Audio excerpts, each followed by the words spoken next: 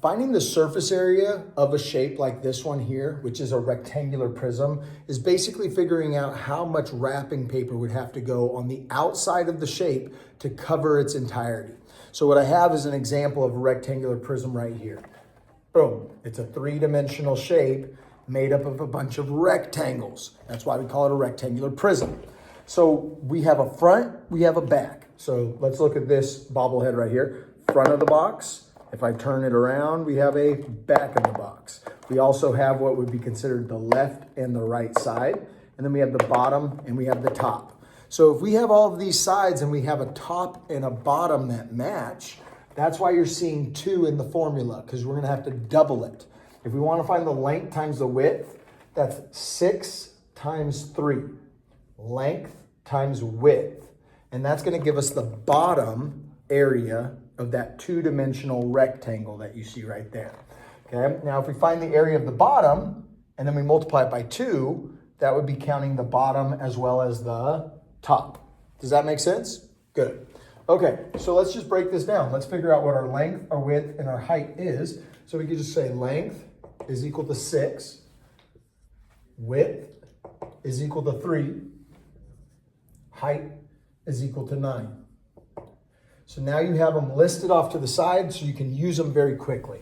So go to your formula for surface area. This is only the formula for rectangular prisms. If you're dealing with cones or if you're dealing with cylinders, those formulas are going to change. But for a rectangular prism, it's a fairly simple formula. Let's use it. Okay, length times width. Length is 6, width is 3, so this is 6 times 3 right there, plus length times height, which is 6 times 9, plus width times height, which is 3 times 9. Okay, we've set it up. Now we just got to multiply each one of these, and then we'll multipy by 2 at the end, because remember, the left matches the right. So that's why we want to multiply by 2, so we're not just counting one side. We want to count the front as well as the back. We want to count the top as well as the bottom, the left as well as the right.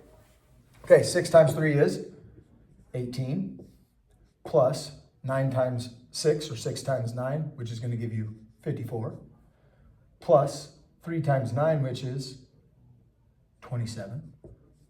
Add all of these together.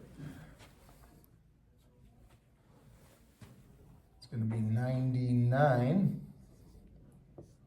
And then we need to multiply 99 times 2, which is going to be 198. Now, if these are given as inches, we need to also label our answer in inches. And because we're talking area, that inches need to be squared. So your final answer for this problem, surface area of this rectangular prism is going to have 198 inches squared to cover its entirety. Hopefully this makes sense. Study hard and good luck on your upcoming test. You got that, James? Yep. Good.